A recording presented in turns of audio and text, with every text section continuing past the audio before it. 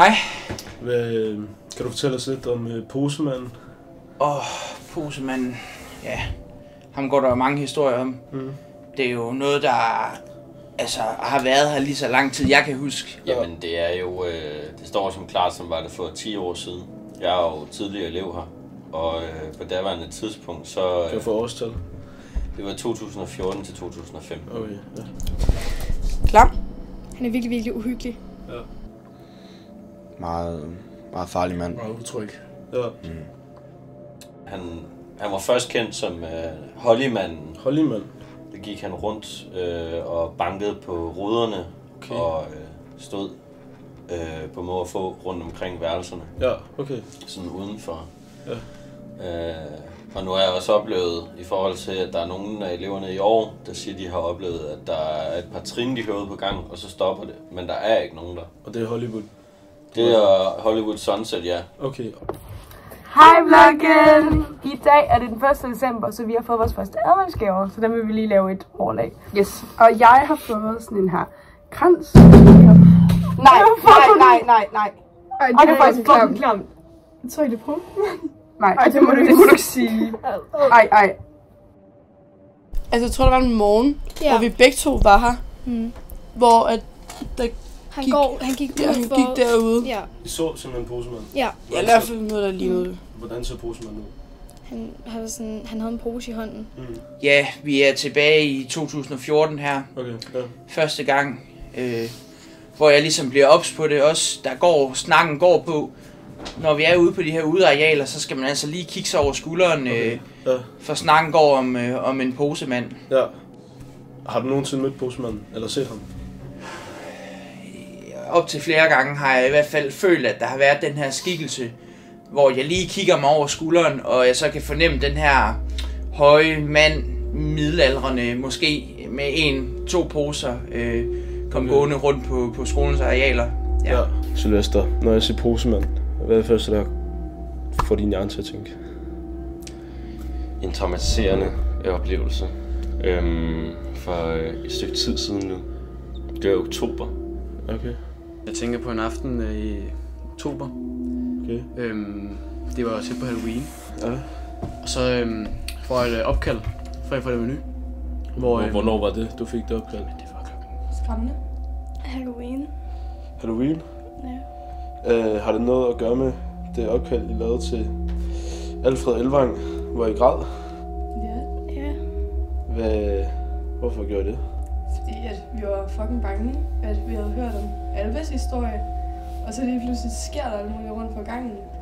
Og så, som at der er folk nede fra Hollywood, der får bank på vinduer og sådan noget. Hej Alba. Hej.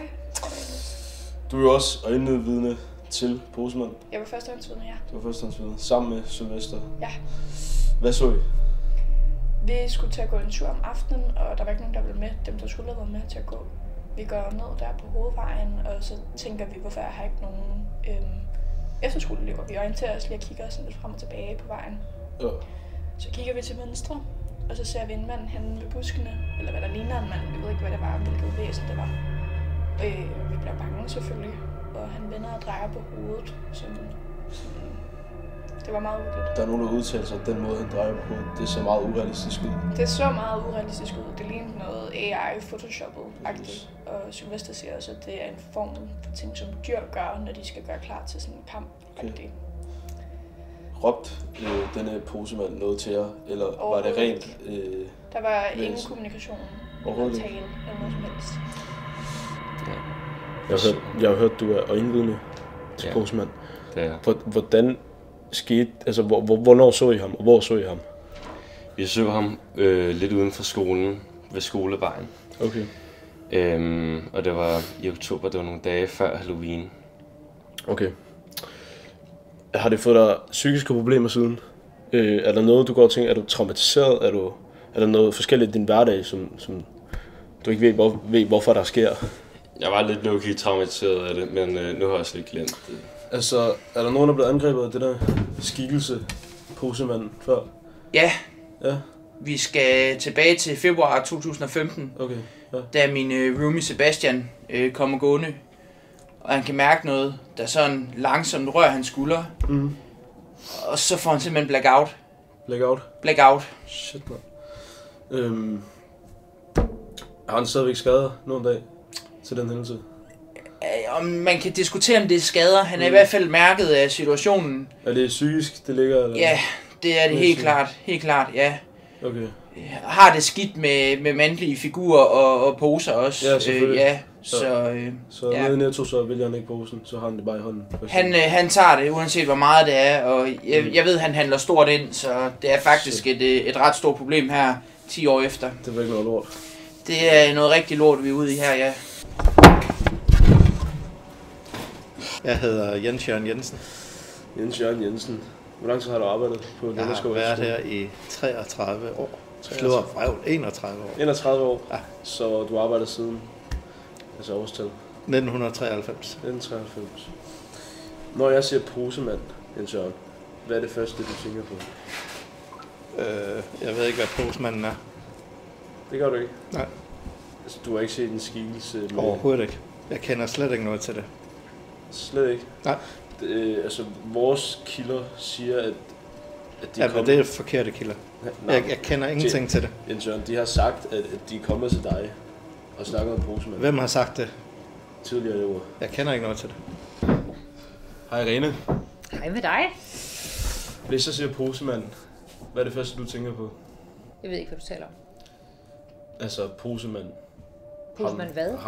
Ham, der går rundt i Lunderskov og skræmmer blandt andet elever fra efterskolen. Jeg ved overhovedet ikke, hvad du taler om. Det JJ siger anderledes her, og andre kilder har også sagt, at de er kommet til dig angående posemand. Hvad er du ude på? Altså, jeg vil gerne høre dig, om du gider udtale dig lidt om posemand. Overhovedet ikke. Jeg troede, vi skulle tale om noget andet. Jeg troede, vi skulle tale om din matematik. Det skal vi ikke. Prøv at høre, jeg kan slet ikke se nogen som helst grund til at spørge mig, og på nogen som helst måde om posemanden. Og hvad Jens Jørgen inden måtte sige, så er han fuldstændig gakkelot. Har du for eksempel instrueret Jens Jørgen til ikke at sige noget om posemanden? Jamen jeg ved ikke, jeg har aldrig hørt om posemanden før. Jeg har aldrig hørt om Jens Jørgen før.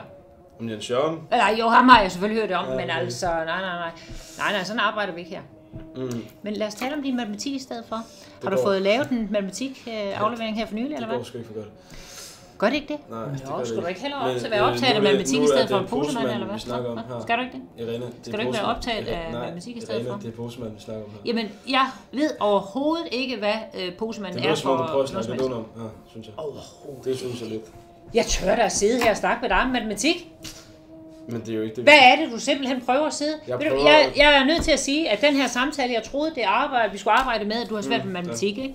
Og så lige pludselig kaster du sådan posemanden, og han er træls, eller jeg kender ikke noget til ham overhovedet. Så stopper vi. Okay. Ud! Super.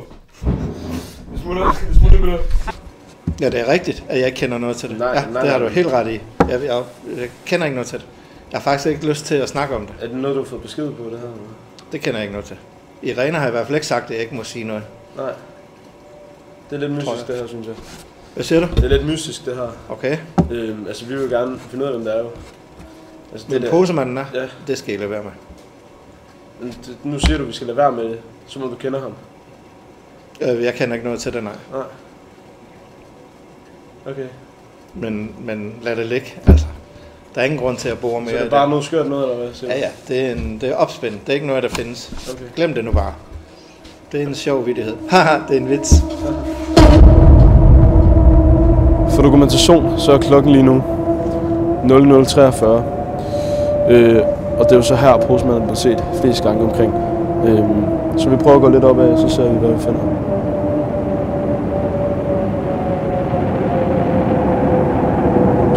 Vi har opdaget noget utroligt unaturligt